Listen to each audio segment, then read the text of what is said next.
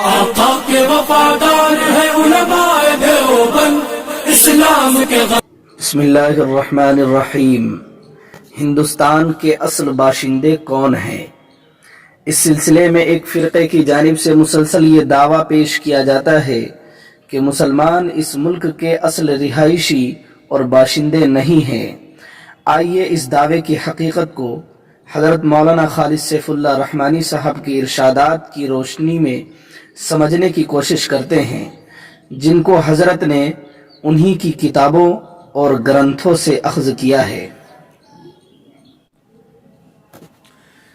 RSS کے موجودہ سربراہ جناب موہن بھاگوت اکثر اپنے عجیب و غریب اور نفرت انگیز بیانات کی وجہ سے سرخیوں میں رہتے ہیں۔ وہ کبھی میٹھی اور کبھی کڑوی دوا کھلانے کا خاص سلیقہ رکھتے ہیں، کبھی اقلیتوں کے حق میں بتکلف ایک آدھ جملے بھی کہہ جاتے ہیں، اور کبھی ایسی خود ساختہ تاریخ بیان کرتے ہیں کہ گویا صرف ہندو ہی اس ملک کے باشندے ہیں، باقی لوگوں کو اس سرزمین سے چلا جانا چاہیے۔ اور اس بات کو ثابت کرنے کے لیے کہا جاتا ہے کہ ہندو تو یہیں پیدا ہوئے، کسی دوسرے ملک سے نہیں آئے، البتہ مسلمان اور عیسائی وغیرہ دوسرے ملکوں سے آئے ہیں، اس لیے وطن عزیز پر ان کا حق کم ہے۔ اگر وہ اسی ملک میں رہنا چاہتے ہیں تب بھی ان کو دوسرے درجے کا شہری بن کر رہنا ہوگا۔ اسی پس منظر میں ابھی انہوں نے دعویٰ کیا ہے کہ مسلمان حملہ آور ہیں۔ حملہ آور کے اس لفظ سے وہ دو باتیں کہنا چاہتے ہیں، ایک یہ کہ مسلمان اس ملک کے اصل شہری نہیں ہے، وہ باہر سے آئے ہیں، دوسرے انہوں نے زور زبردستی کے ذریعے اپنا مذہب پھیلایا ہے اور اسی طرح حکومتیں کی ہیں۔ اس دعوے کی حقیقت کو سمجھنے کے لیے چند نکات کو پیش نظر رکھنا چاہیے۔ اول یہ کہ کس کے آباء و اجداد باہر سے آئے اور کن کے آباء و اجداد اسی زمین میں پیدا ہوئے۔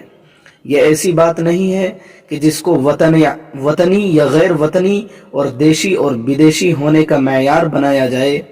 اگر اس کو اصول کے طور پر درست مان لیا جائے تو آج پوری دنیا میں نقل آبادی کا ایک نہ ختم ہونے والا سلسلہ شروع کرنا پڑے گا۔ پوری دنیا ایک انتشار اور ابتری کے ماحول سے دوچار ہو جائے گی، کیونکہ اگر نقل مکانی کی تاریخ پڑھی جائے تو کوئی علاقہ ایسا نہیں جہاں دوسرے علاقے کے لوگ آ کر نہیں بسے ہوں۔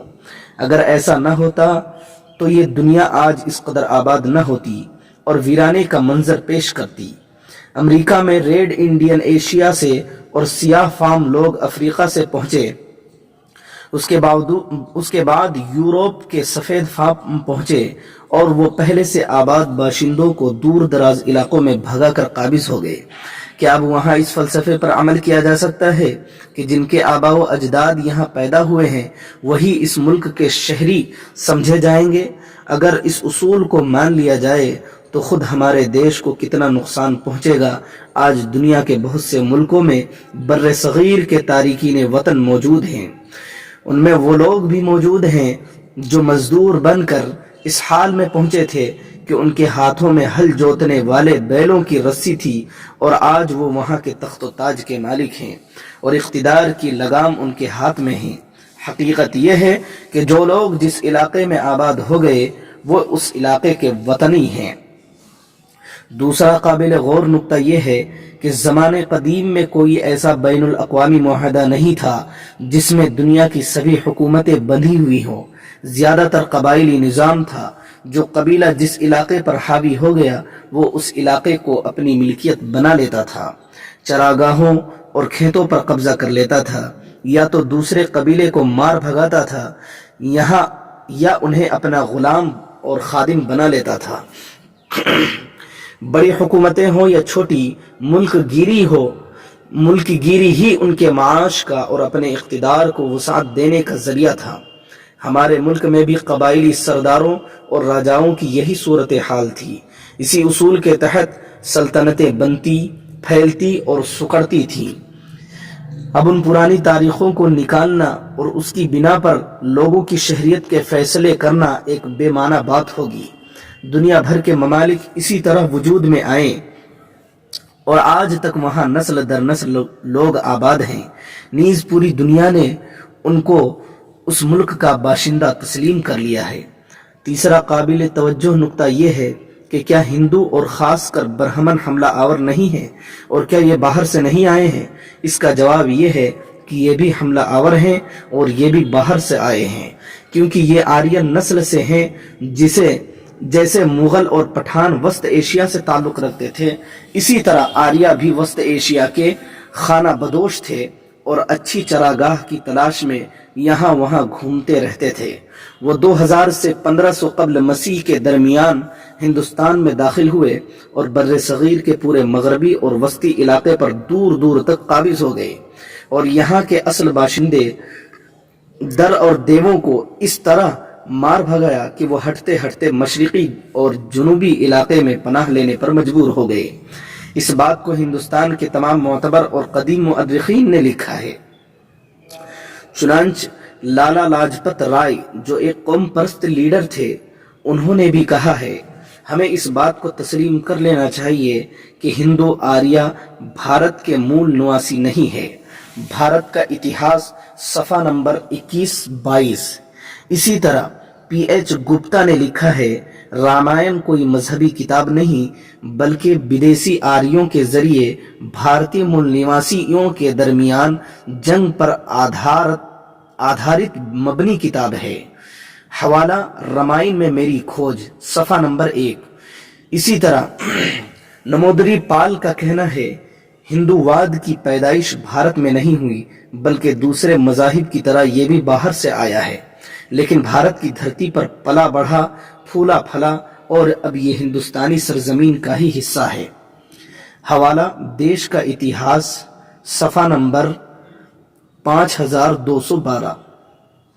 اسی طرح خوشونت سنگھ بھی اس حقیقت کو تسلیم کرتے ہیں کہ ہندوواد آریوں کے ذریعے اور اسلام مسلمانوں کے ذریعے ہندوستان میں داخل ہوا۔ حوالہ ٹائمز آف انڈیا، نئی دہلی، 17 اکتوبر 1987۔ خود آر ایس ایس کے بانی گرو گوالکر 1920 عیسوی تک اس بات کو تسلیم کرتے رہے کہ آریہ ہندوستان میں باہر سے آئے ہیں۔ ہندوتوا، صفحہ نمبر 14107۔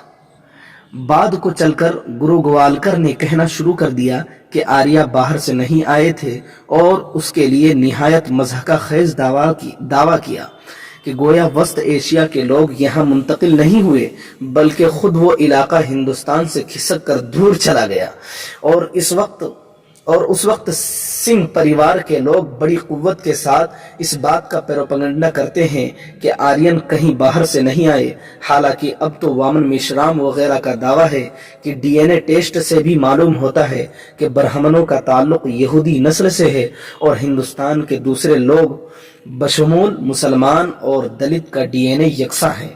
اس لیے حقیقت یہ ہے کہ ہندوستان میں بسنے والی موجودہ قوموں میں پہلے ودیشی اور حملہ آور برہمن تھے، اور برہمن ہی اصل ہندو ہیں۔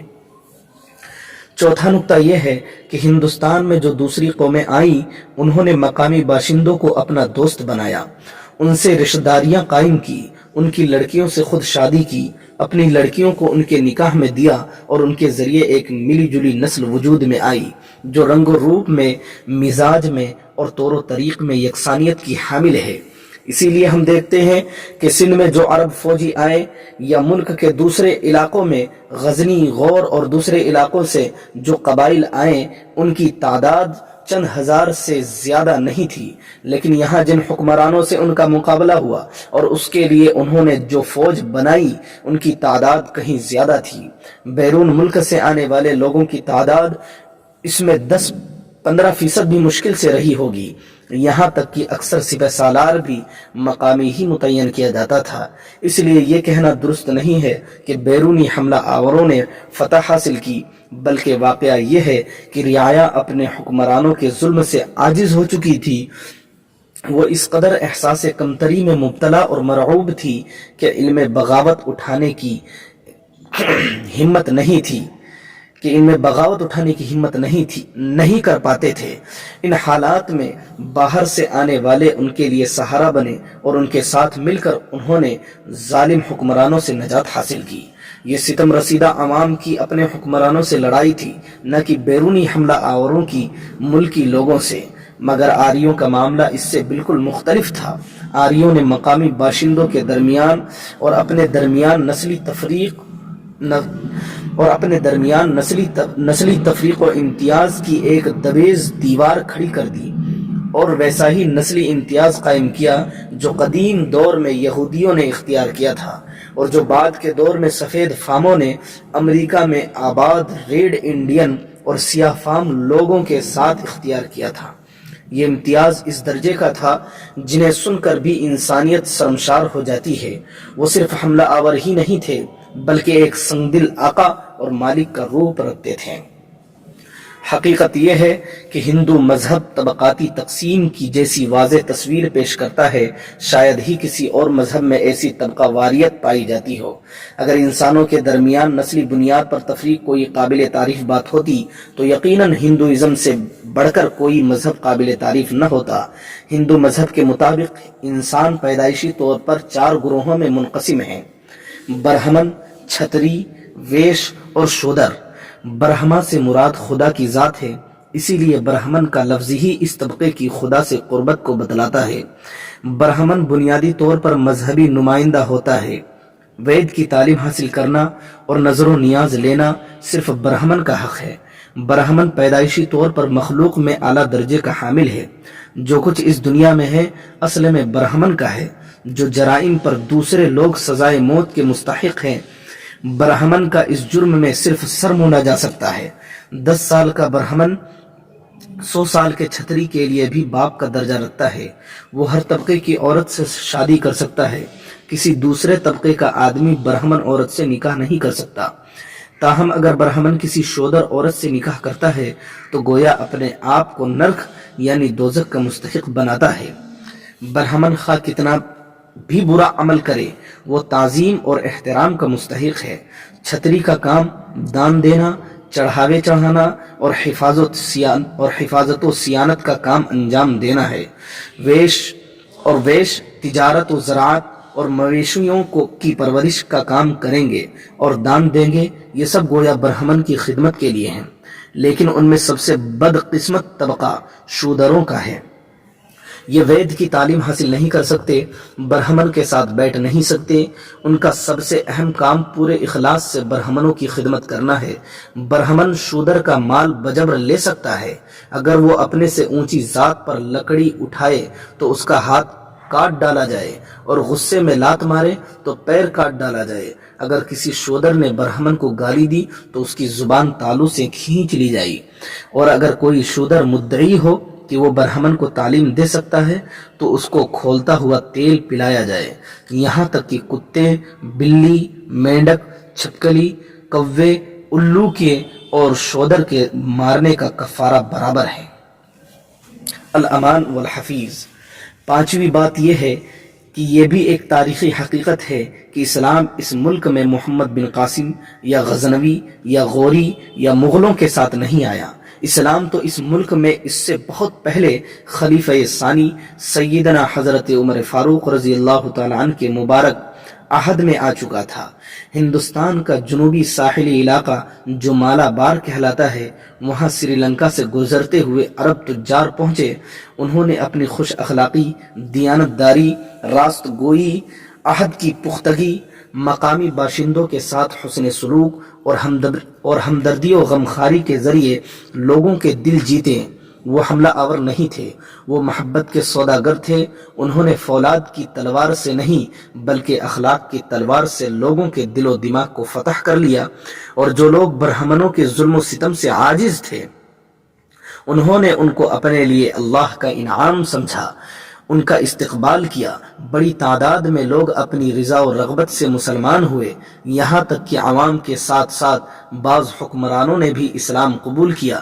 یہ صرف زبانی دعویٰ نہیں بلکہ ایک تاریخی حقیقت ہے اور تاریخ کے صفحات میں محفوظ ہے۔ سچی بات یہ ہے کہ مسلمان اسی ملک میں پیدا ہوئے، ان کے آباء و اجداد نے ملک کی بہترین خدمت کی، وہ مختلف علوم و فنون کو اپنے ساتھ لائے اور اس ملک کو اتنا دولت مند بنایا کہ لوگ اسے سونے کی چڑیا کہنے لگے۔ پوری دنیا سے آگے بڑھ گئی، دنیا کی بڑی جی ڈی پی اس کی طاقتوں میں اس کا شمار ہونے لگا، اور انہوں نے ایک ایسے وسیع بھارت کو وجود بخشا جو موجودہ افغانستان سے شروع ہو کر برما کی آخری سرحدوں تک پہنچتا تھا۔ ان کی شکل و صورت، مزاج و مذاق، طرز زندگی اور تہذیب و تمدن صاف طور پر بتاتا ہے کہ وہ اس ملک کے اصل باشندوں میں شامل ہیں۔ ان کو حملہ آور کہنا غلط ہے، غلط ہے، غلط ہے۔ حملہ آور تو آریہ ہیں جنہوں نے اس ملک کے قدیم باشندوں کو ذلیل و رسوا کیا اور غلام بنایا۔ اب فیصلہ آپ ہی کریں کہ اس ملک کا اصل باشی وہ لوگ ہیں جنہوں نے اپنے سماج کے لوگوں کے ساتھ جانوروں جیسا بہوار کیا، یا پھر وہ لوگ جنہوں نے یہاں بسنے والے انسانوں کے ساتھ انسانیت کا معاملہ کیا اور اپنے ملک کو سونے کا چڑیا بنا دیا۔ وما علینا الا البلاغ۔